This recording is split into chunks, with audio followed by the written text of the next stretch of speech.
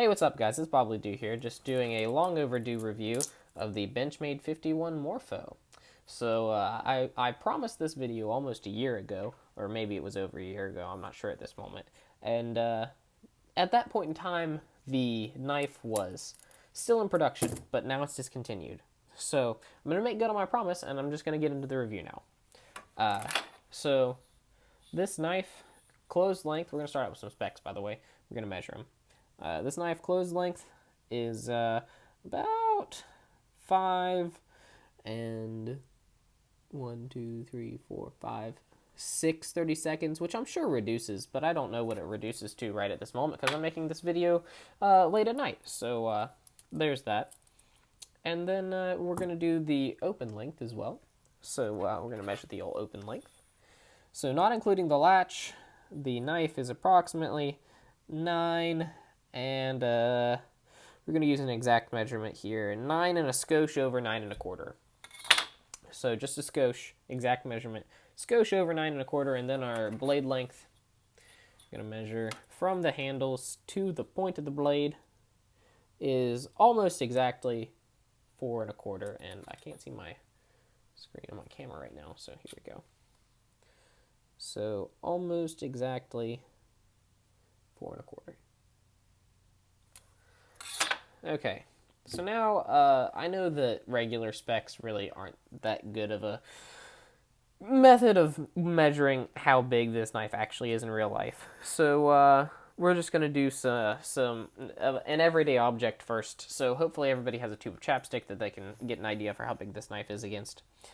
So like if you're looking at how much space it takes up in the pocket, we'll measure it closed. So in terms of chapstick, this knife is approximately 1 and 2 chapsticks long, and then about 1.5 to 2 chapsticks wide at its widest point.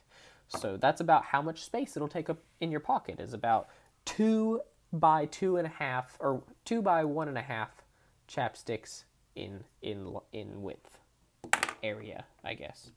So there's your size measured in chapstick area. Now we'll compare it against some knives that you might own open. So there's our Benchmade 51 Morpho. And then a popular metric used in a lot of knife reviewing is the Spyderco Delica. So unfortunately I don't have the regular Delica 4. I have the Packwood version sold on Knife Center. So that's something to take into account. I don't know if it has different specs, but there you go. So we'll line up the handles for you. At the end of the handle, we can see that basically this is kind of a big knife. So if you think that your Delica is like your normal size knife, this is a pretty big knife when open. And then we'll do them both closed. So closing our Delica, closing our Morpho. So closed length, we can also see that lengthwise, this is still a pretty big knife, but really what matters is where it's going to be in your pocket. So we'll try to measure it against where it's going to be in your pocket, and then you see that taking that into account, the space that it's going to take up in your pocket lengthwise is actually not that much more than the Delica. And then we'll measure them widthwise. So at their two respective widest points, the Delica is actually wider than the Morpho. I hope you guys can see that. So whenever you're thinking about width in the pocket and length, it's actually not that much. And then thickness, you can see that the Delica and the Morpho are actually of comparable thickness as well. So this isn't terribly a pocket-consuming knife, really, whenever you think about it in the grand scheme of things. So there's your dimensions and your specs and your comparisons. And now we're going to get into the likes and the dislikes of the review. We're going to start with the likes pile, the stuff where I'd be like, hey, good job, Benchmade. So one of the first things I want to talk about is the spring latch. So the spring latch is actually one of the things that I love, and it's one of the reasons that I bought this knife over other Balisongs. It's because whenever I first bought this knife, I was a crazy person, and I was like, man, you know what I want to do with my life? EDC a butterfly knife. And whenever I had that in mind, I was like, wow, this spring latch is going to be really useful because I can just spring it open and open the knife and go about my business cutting and whatnot. And it was, I think it's, I still, even though I don't EDC this knife anymore, I still think it's a wonderful thing because now I don't have to use two hands to disengage this latch. So another thing that I want to talk about is the steel. So the steel is actually a double-edged sword, and we'll get to the things that I like about the steel and the things that I dislike about the steel. So for D2, I actually do like its edge retention, and I think that if you're looking for a knife with pretty good edge retention, D2 is a good place to go. So D2 tool steel, another thing that I kind of like about this knife. There are things that I dislike about that, and we'll get to that later. And then we're going to go to something that maybe not intrinsically to this knife, but something about Benchmade in general. I think that Benchmade has a wonderful warranty policy, and I actually have a personal testimony to the warranty policy. Whenever I got this knife, I was flipping it, and one of these screws flew out. And I emailed Benchmade, and I was like, hey, Benchmade, so one of these screws fell out. What do I need to do about it? They were like, oh, just send it into Life Sharp warranty, and we'll service it, we'll sharpen it, we'll take it apart, clean it, oil it, and we'll replace that screw while it's here. All you need to do is basically pay the shipping for this knife to get there. And I was like, hey, cool. So I sent that to them, and they gave me this screw free of charge, and I thought that was pretty nice of them. And from what I can tell, their warranty service and their customer service is absolutely superb, so good job, Benchmade, on that. You're doing a good job. Keep up the good work. Another thing that I want to highlight is the Zen pins on this. So I think that this is a wonderful design aspect, and I think it's aesthetically pleasing as well. So compared to another balisong-like object, the BB Barfly, you'll notice that you have these things called tang pins. So on the tang of the knife, there's this pin that keeps the handle from over-traveling, and it stops it, okay? And I find this to be absolutely aesthetically atrocious, and also over time, this pin is going to wear, it's going to flatten out, or these cups are going to wear, and I don't like that at all. So setting this aside, we see that the superior design aspect is the Zen pins. And basically what happens is this outcropping in the tang basically hits this pin in the handle, and that's what keeps the blade from over-traveling. Wonderful design. I like that a lot. I think that was a very good job by Benchmade. I don't know who actually invented Zen pins. This is the first knife that I've ever seen it on. Maybe somebody else invented it. I don't know. But wonderful design aspect of this. And the next thing that I want to move on to is the blade shape. So overall, I think that this blade shape lends to both good flipping and good cutting, and we'll get to that in a minute. So for good flipping, basically most of your weight is concentrated right here at the blade because of this flare right here. So this flare puts a lot of weight in the blade, and it lets you to basically have a lot of motion, a lot of mass to flip around whenever you're flipping. And also, if you'll notice, this flat right here is not exactly flat. It actually is slanted at about like that, okay, to the rest of the knife. So if you start your cut right here, as you cut, the knife is going to go deeper and deeper into the material, even if you keep your knife straight, because of the fact that this is at an angle. And then the point, you've got a nice swedge cut out here that goes into this nice point that actually functions as a cutting tool. So if you're doing a piercing cut, and you're like cutting into a bag of something, if you stab the bag, it's going to stab well, and it's overall a very nice thing. So the final thing that I really like about this knife is the jeweling.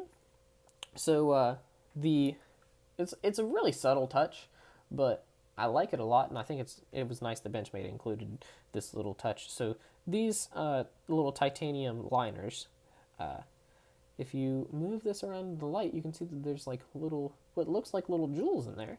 And I think that's just a really aesthetically pleasing thing, and I think it looks really pretty, and yeah.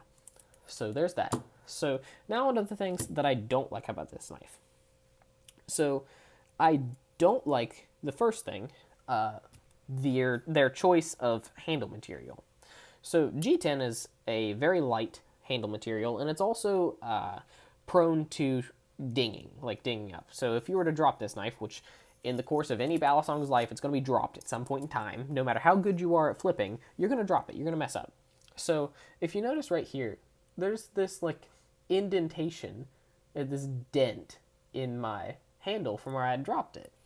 And I just think that while G10 is fine, so for most applications, G10 is fine. So I have this mass drop dent here. It's got G10 handle scales. No issue, because it's a pocket knife. It's not meant to be thrown around my hand and flipped and oohed and awed and all that kind of garbage. So, but this is. So with that in mind, if I were to design this knife, I would not choose G10 for the outside of my handle scale because it's just too fragile. So I might have chosen a metal handle scale or make this a full titanium handle rather than layered titanium G10 because G10 is just prone to ding up over time with the regular course of use of a balisong. So another thing that I don't like about this, and it has to do with the G10, is its weight. So the majority of the weight that you get in flipping this is from these inserts, these weighted inserts that they put in the handle, specifically so that you could actually throw this around. So if you think about it, this handle is basically made up of titanium, which is a relatively lightweight metal, and G10, disregarding this weight. And both of those two things are really lightweight, which would not lead to good flipping because you have no mass to throw around. So, I think it's too light to be a good flipper. While you can do a lot of tricks with it, it's not the best thing that you can use for flipping. So like, for example, even this BB Barfly I find significantly easier to flip, specifically because there's more mass in these aluminum handles to throw around. So that's a shame. That's a real shame. And I know that you can get titanium handles for this, but that's an aftermarket part, and quite frankly, they're pretty expensive to put on here. So I would have liked to have seen maybe another 51 model that had something similar to this, or something similar to the Flytanium handles, or titanium handles, whatever. Another thing that I don't like about this is the pocket clip. So this pocket clip, if you noticed on these two knives, so I showed you this knife and I showed you this knife. Both of these two knives have a deep carry pocket clip for a reason. And that's because I don't like it whenever my knives scream, hey, I'm a knife, I'm in this guy's pocket, look at me, hello, hello, hello. So this pocket clip, whenever it's actually in the pocket, shows approximately almost nothing of the knife. If you can see that. It shows that much of the knife. And then this pocket clip, whenever it's in the pocket, shows almost none of the knife. Okay? So there you go. That's about how much that shows. Whereas this pocket clip, not only does it scream, hello, I'm a knife, hello, hello, look at me, because it's blue, it also screams, hello, I'm a balisong, hello, look at me, this guy's got a butterfly knife in his pocket, hey, everybody, look here. I don't like that. If this was a deep carry pocket clip, that would be fantastic. And I understand that maybe because of some sort of design aspect, they couldn't necessarily make it like that. But it's just a personal preference for me. And then one of the major dings that I have against this, something that I can't wrap my head around, is how expensive this is. So right now on Knife Center, this is priced at $284.74. Or not on Knife Center, on Blade HQ. On Blade HQ, it is $284.74. And that is almost $300, and quite frankly, that is way too expensive for what you're getting here. So, like I said, I was going to talk about D2 tool steel. So, D2 tool steel is a fairly cheap steel nowadays. You can get a knife, specifically the CRKT Pilar, on Blade HQ for about $40 right now. So, this steel is way too cheap to have on a $300 knife. So I just can't justify $300 anymore. I can't justify $300 for this knife anymore because it's the materials in it and the way that it functions just aren't worth $300 to me personally. And then the last thing that the next last thing that I wanted to talk about is the fact that it's discontinued. So like I said in the very beginning of the video, this knife is discontinued, and it's a shame. So because you basically can't get this knife anymore except on the secondary market. So what a shame.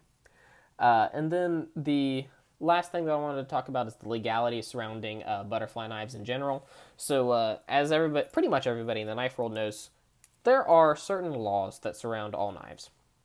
And automatics and butterflies and gravity knives are pretty much legislated against in some way in almost every state. So whether it be you're actually just not allowed to own it, you're not allowed to carry it, or you're not allowed to carry it concealed, there's generally some legal aspect of owning a knife like this. So that's something to think about anytime you buy any knife, really, but especially butterfly knives. So if you live in, say, New York, as far as I know, it would be very difficult, if not illegal, to own one of these knives. And that's just a shame. That's not really against this knife intrinsically. I mean, if Benchmade set out to make a butterfly knife, great. But not everybody's going to be able to own this just because of the way that it is. So there is that. And then I want to get into my overall impressions of this knife. So overall, this knife is very expensive, but it's also very pretty. And it's also kind of like a one-of-a-kind item in that if you were to EDC a butterfly knife, this would be it. If you were crazy enough to carry this with you every single day and you just wanted to use it on like letters and food prep and packages and garbage like that, this would be the knife that you would carry. But if you're a regular human being and you want to EDC a reasonable knife, no, do not buy this. If you want to have a butterfly knife, there are probably better butterfly knives that you can buy for flipping around the same price. So, no, do not buy. But if you're a collector of Benchmade and you really like Benchmade and you really want to own everything that Benchmade has and you really want to have an EDC butterfly knife, sure, go ahead. Spend the $300 on it. I don't know what it's going for on the secondary market right now, but you know, it's your money, so spend it on whatever you want. Personally, I had the money. I liked this knife in the market that it was in whenever I bought it. So it's probably going to stay in my permanent collection. I liked her enough to name her. Her name is Jennifer, and I had her specially laser etched by Benchmade for like $5, which is a wonderful deal. So overall, this knife really comes down to your personal opinion. Can you justify spending $300 for an EDC butterfly knife? Do you need an EDC butterfly knife bad enough to where you're willing to spend $300 on it? Which are two very separate questions. So that's my overall impressions of the Benchmade 51 Morpho. Next video, what we're looking at, I'm not entirely sure what the next video is or when it's going to come out, but it's probably either going to be on the mass drop gent or maybe on some tactical pens. So I own a few tactical pens and I kind of want to do a video on them. I also kind of want to talk about the mass drop gent and maybe ruffle some feathers on that. But the video might come out in 2 weeks, 2 months, 2 years, not sure. But it will probably be on one of those two topics, probably, not sure. It might change, no one knows. But if you like this video, let me know. Give me a like, subscribe, make sure to hit that bell button so you know whenever the next video comes out.